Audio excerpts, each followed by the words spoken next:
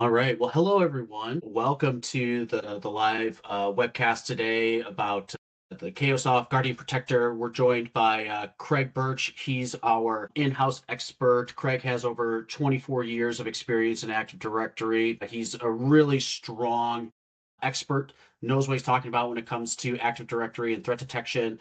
So he's here to give us a live demo, answer any questions about Cayosoft Guardian Protector. We do have a live chat open. My name is Drew. I'll be managing that chat. If you have any questions, please drop them in for Craig. I'll pop in and make sure that we're able to answer any of those questions. We're here to make sure that your experience with Protector is fantastic. We want you to be using the tool. We want you to be engaging with the tool and understanding how to use it and getting value out of it.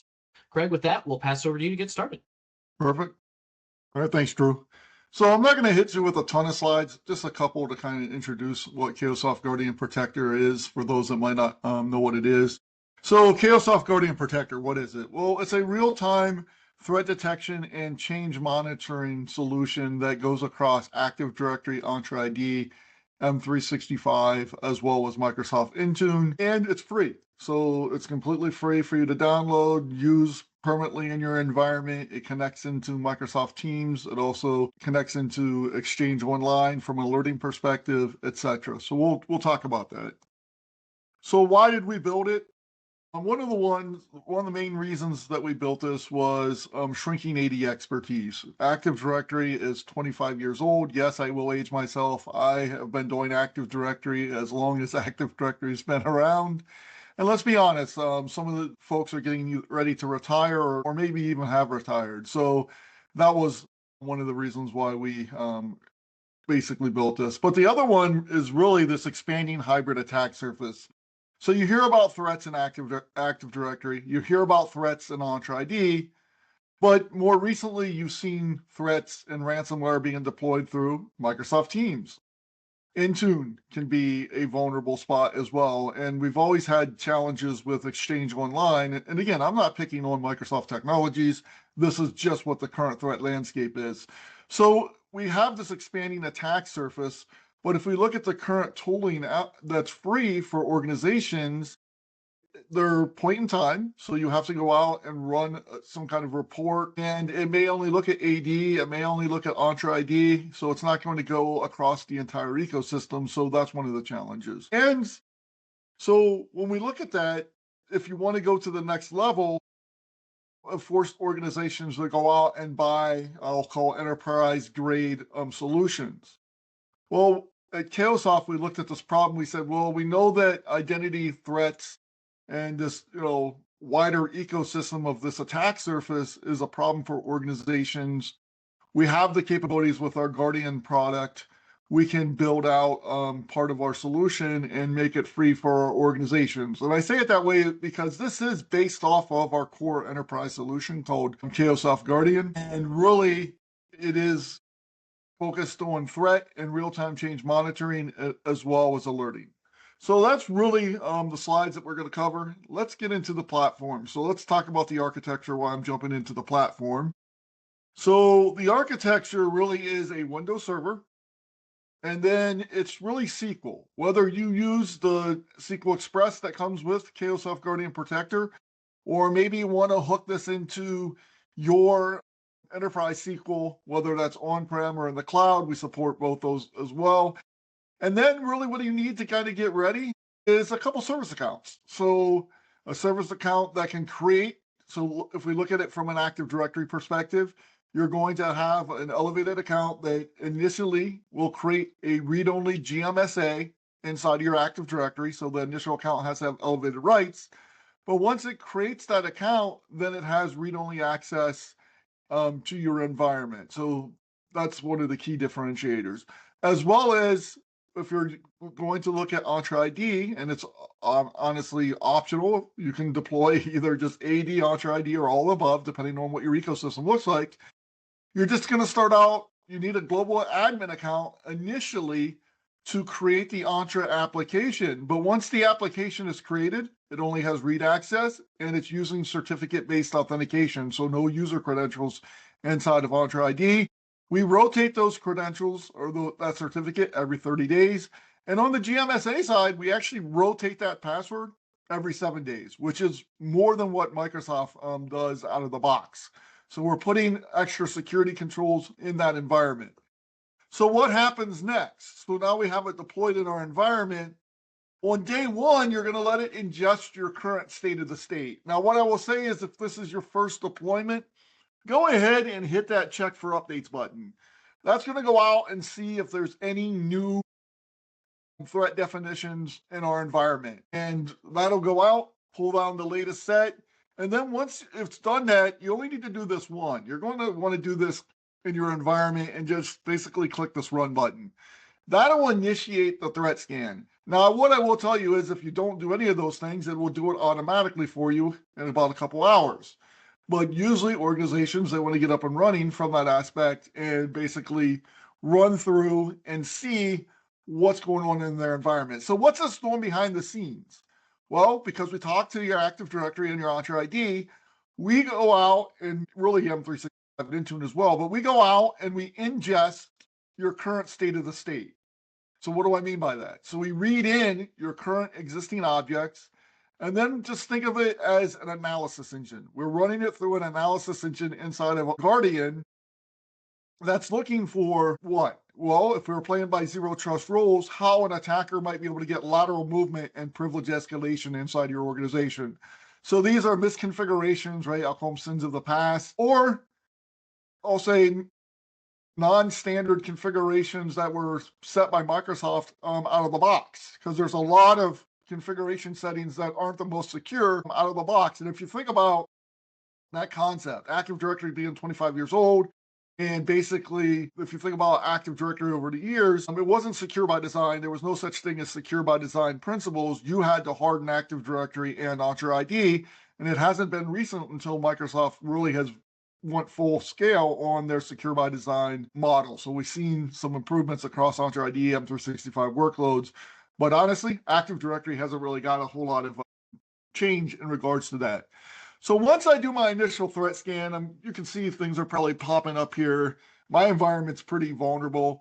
The next thing you'll see is I have some active threats. I have 24 critical, 32 high, 33 medium, but that don't really tell me a whole lot. So the next thing I would say is let's go ahead and take a shot and download our summary report. So let's click on that.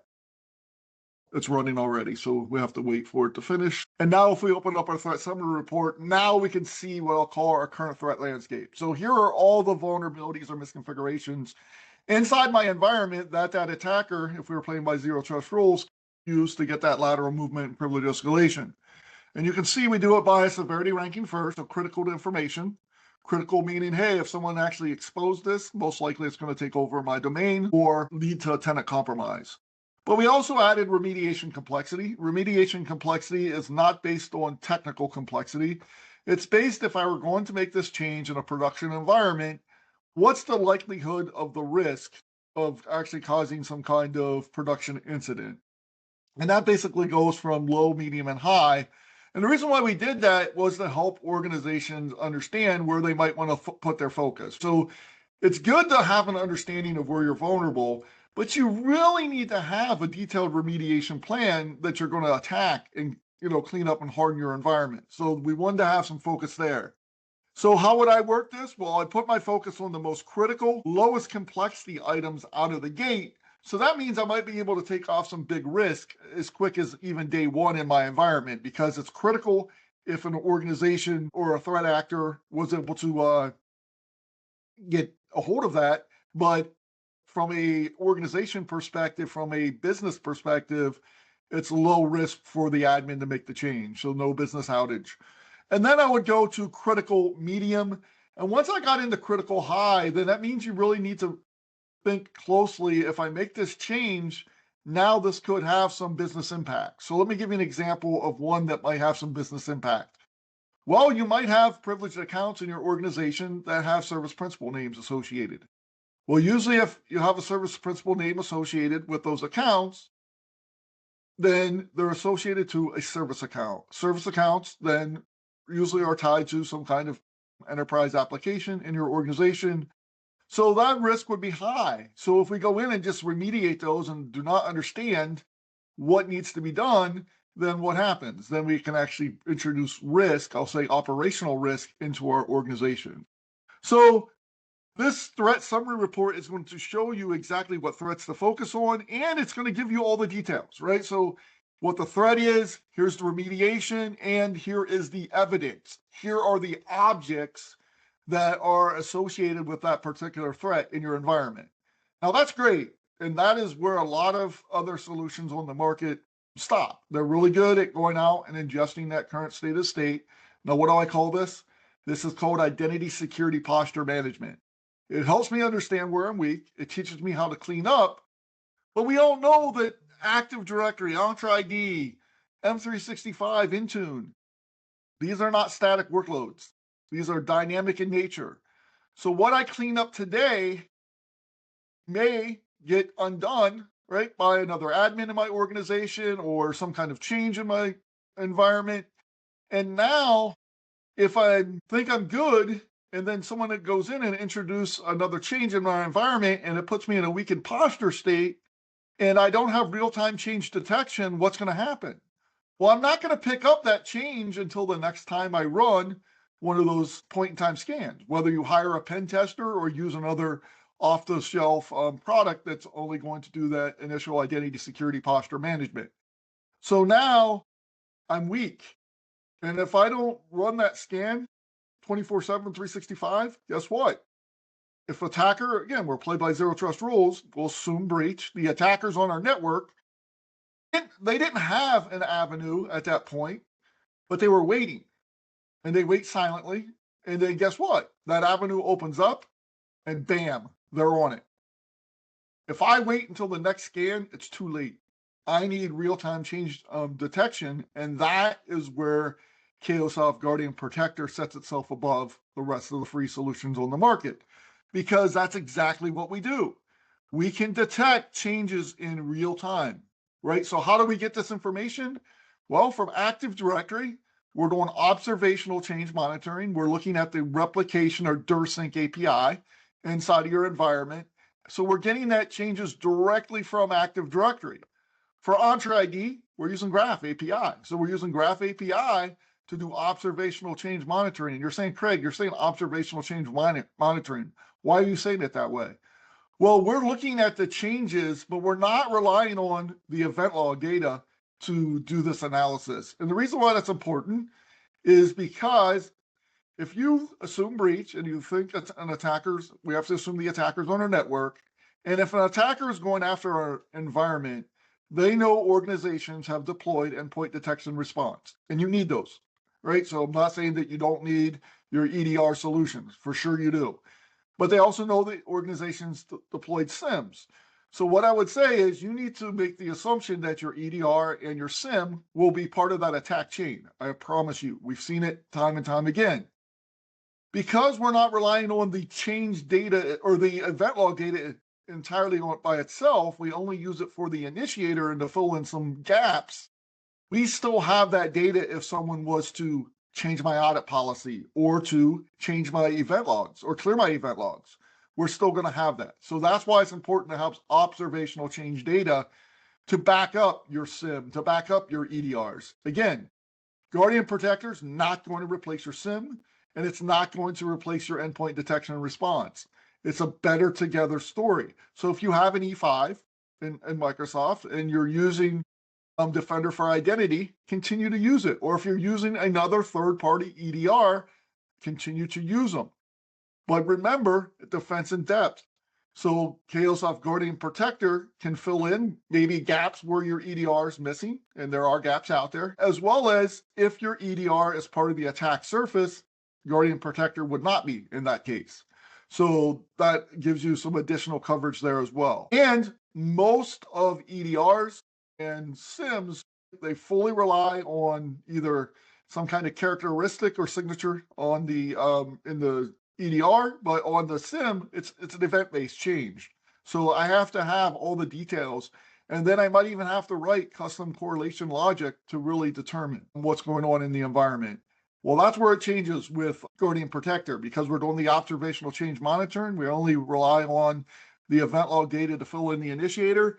We capture all this information in the environment, and we can see that here we had a change inside of this user object of rock, and it was added to a group. We can see exactly what the before was and the after.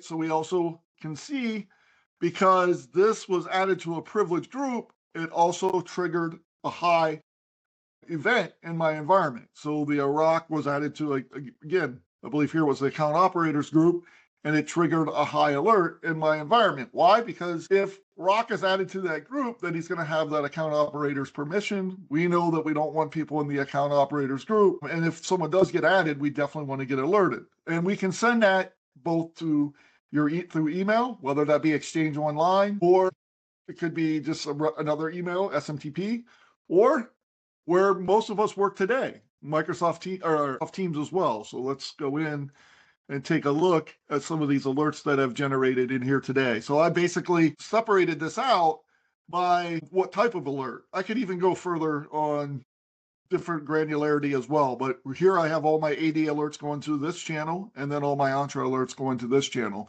So I can see those in real time, and I could even separate threats out by change if I wanted to, or if I have multiple tenants. Guardian Protector supports multiple tenants. It supports multiple domains inside of your environment as well. So keep those things in mind. I can set up multiple communication channels. So communication channels, I already have a couple already, right? So I have this Entra alerts channel, AD alerts channel, but I could even go and add more if I wanted to. But this is pretty much enough for me to get up and running in my environment to really start making an impact in regards to my security posture. So we have quick filtering as well. So maybe I want to filter on all Active Directory changes. So let's go in and only filter down what happened in Active Directory. Well, that's good. Or maybe I want to go in and look for, what action? Let's use action. Let's go for all Active Directory changes where someone was modified. Right? I can run that query. I can see exactly. All this pre-built filtering really helps you from an organization to be, with your incident response or troubleshooting. So let's take a look at that. So let's actually go in and let's put this back to all changes real quick. Let's make a live change in AD. So let's go into this group here. Let's just start wiping out some users. So basically I removed all those users in the environment, right? So yes, we're getting these alerts. We can see them. It's coming in. We can see all these users. Imagine this was used for M365 licensing. And, somebody, went in accidentally, admins, it happens, right? I was an admin back in the day. I accidentally wipe out that group, just like I did. And then Alex calls in, right? So Alex called in, Albert called in. So now we want to quickly see that Alex Ferguson's on the call. We want to quickly see what happened. And we can see that Alex was removed from this empty group, but we have other people calling in as well. So now I want to go in and see the group membership, right? So now I can see everybody who was impacted by that change. Now I can export this out to an HTML, and then I could use PowerShell to pipe that back in. Or if you had our paid product, you could actually do an incident rollback there as well. But we're not here to talk about Guardian Paid. We're really here to talk about Guardian Protector. So what did this allow me to do? It allows me to quickly triage potential issues in my organization. And that's an example of an Active Directory change. But now let's go the other side. So let's go in and look for Entra changes. All Entra changes. So I want to focus on just Entra changes. And what we can see is somebody created a new application. So we can see that this new general support application was created. You can see that this is started out. We can see the next change. We saw the application get registered, right? So it's got some read access. I'm not too concerned there. Oh, by the way, so now let's go in and we can see some more activity being done to this. And we're going to look at some updated property. Look, people are starting this application that only started out with read access is now being elevated to have app role assignment read write all. We're seeing directory read write all, role management read write directory. These are highly privileged API permissions inside of Entra ID. This could be an attack in our environment. So let's go see if we got any threats alerts on this as well. So that was general, I believe. So let's go in. Oh, let's filter this on all open threats. Sometimes you got to be worried. You got to know what you're filtering on. So let's just go in. Link the application.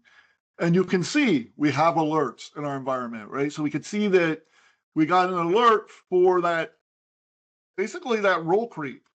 So when that application, when it initially started out in my environment, it wasn't really dangerous, right? It only had read access. But we noticed through the observational change, that object continued to get elevated privileges or continued to be changed to the point where now it is a serious threat in our environment. Because if I have directory read write all, application, right, role permissions, etc., these are things that would allow me to authenticate as the app and then basically go in and do whatever I want to inside of Entra ID without any MFA, without any, right? So these are things we need to be aware of inside of our organization.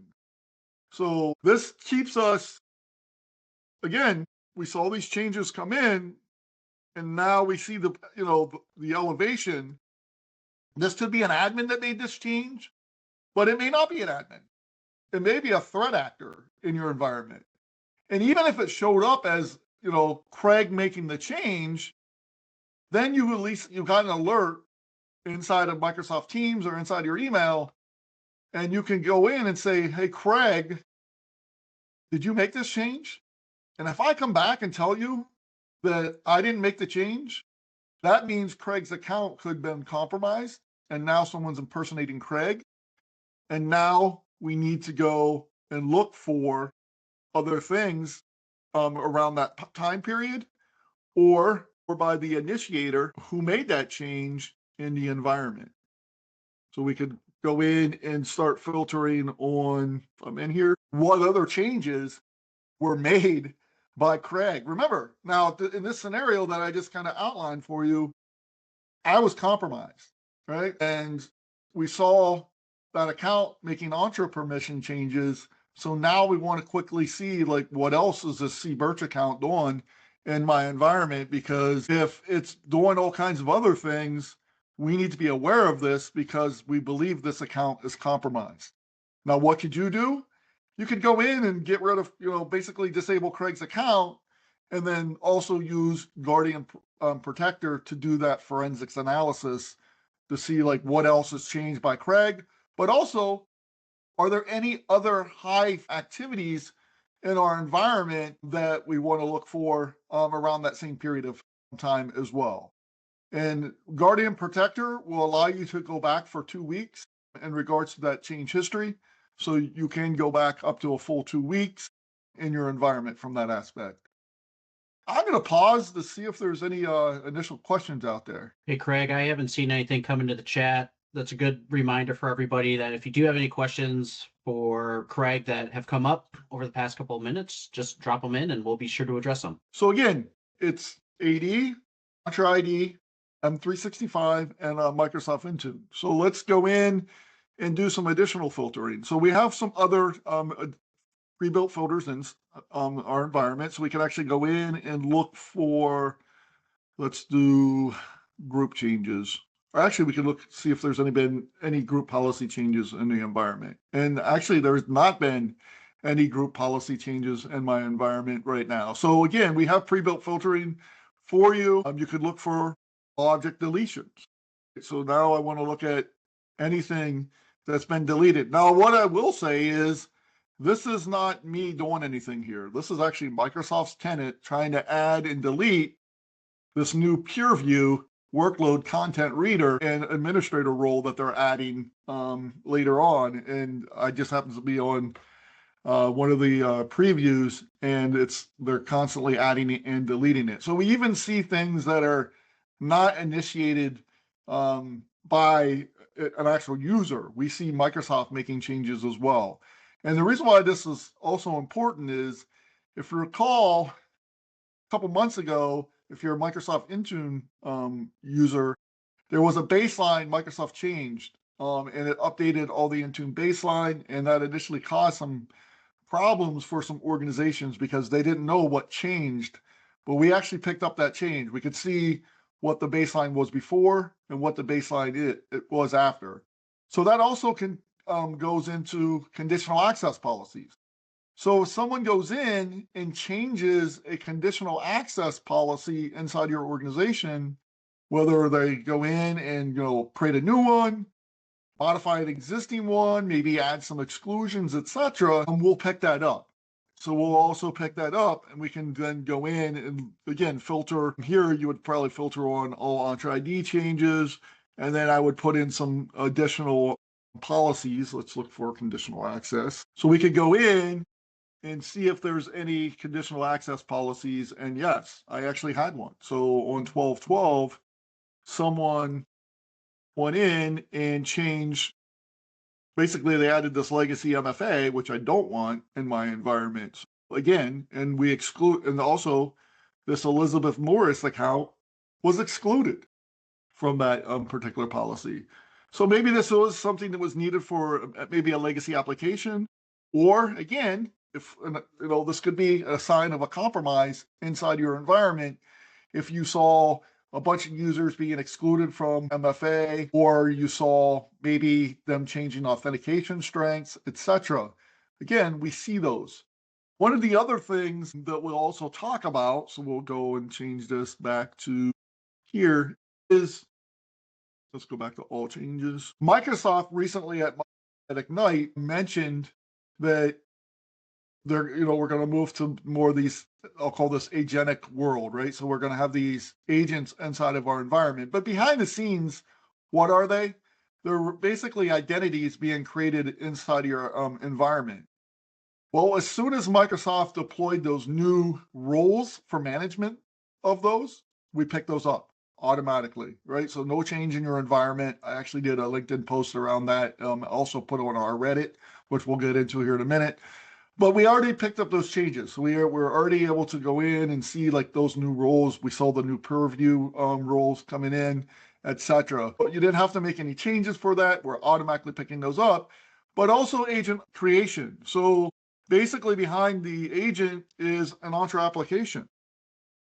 So we can actually go in and look for new Entra application registration, which we know that we had one at least today. It's not an agent-based, but you could see that. So we see that here's all the applications, here's what it is. Again, if that was an agent, we could pick that up.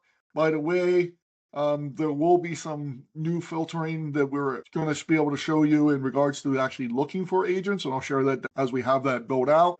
It's really, we can look for certain strings automatically that's already as part of our product.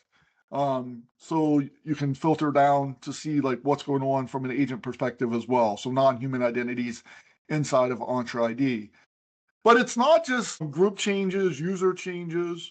If someone went in and changed ACLs, right, I would be nervous. Let's go in and find, I'm sure I have a George somewhere in my environment. We'll use George Fitzgerald. Someone goes in and makes that change in our environment, right? We want to be able to get alerted. We want to see that. You can see we have a new change. I have it filtered, so let's go in, take that filter off. We can do it this way. I can just come back in here and apply that. But you can see, again, someone granted full control or generic all to George Fitzgerald. I wouldn't want that in my environment, right? So now that user has generic all the way down my tree. So those are things that we need to get in front of inside of our environment.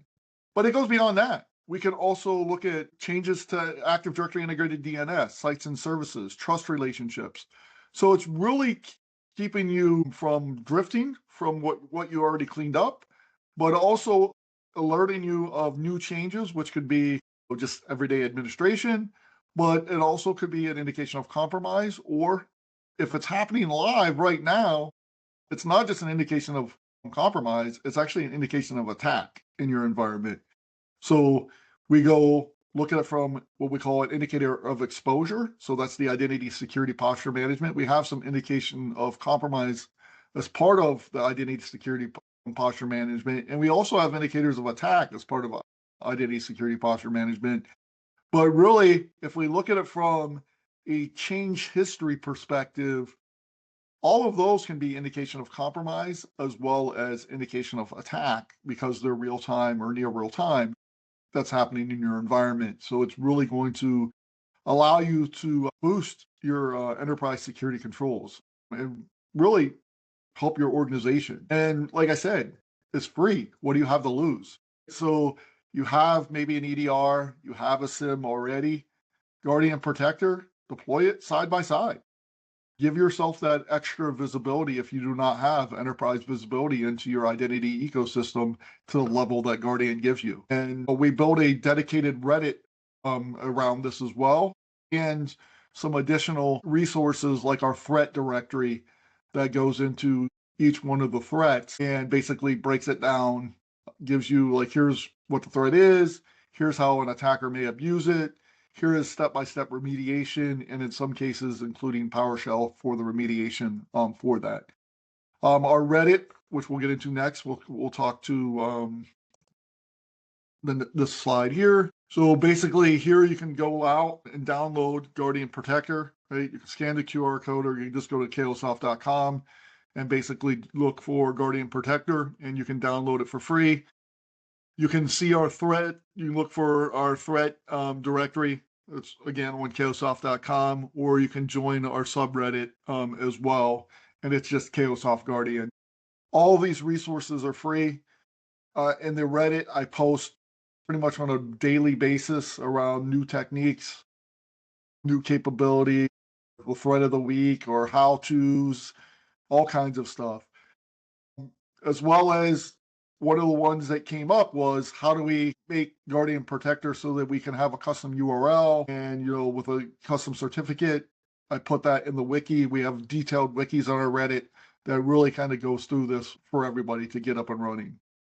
I want to open it up for questions. I want to see what kind of feedback you might have and see if there's something you want to go deeper into. If you have any questions, yeah, please feel free to put them in the chat. We'll communicate them out, or Greg, if you have visibility in the chat too, you can just take a look.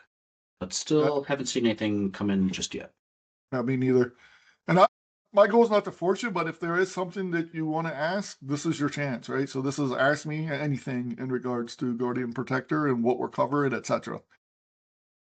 This is your time. All right. Well, if there's no questions, then what we'll do is give you some time back, or we can go deeper into the product. It's entirely up to you. But it seems like there's no questions. Everybody has a good foundation of Guardian Protector. So we'll give you back some time. Obviously, time's valuable to an organization, so we'll give you back your time. But please do, if you haven't downloaded Guardian Protector, go download it. Again, it's free. Nothing to lose there. As well as join our Reddit community. That's going to be the main support. Actually is the support for Guardian Protector because it is free. And hopefully we'll see you in the Reddit community and hopefully you'll download Guardian Protector. The next community hours will be January. What is it, Drew? We just aligned on it. Yes, we moved it to January 15th. That's a Thursday.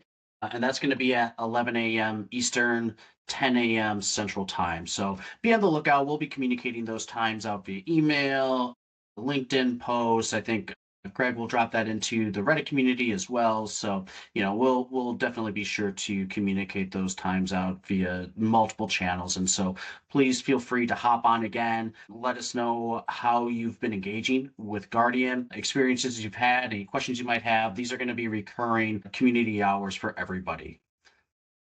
And we'll post the recording now on the Reddit as well later today. Yep, absolutely. So, Craig, I think with that, we can go ahead and wrap up. So, really appreciate your time. Thanks for walking us all through that. And if you guys have any questions or you want to, talk about Protector a little bit more, don't hesitate to reach out to the Cayosoft team. We're always here to help to make sure that you're getting value out of the tools that we're providing. So, thank you again. And we wish everybody a happy holiday and safe season. And we'll see everybody in 2026. So, thank you all. Thank you. Have a good day.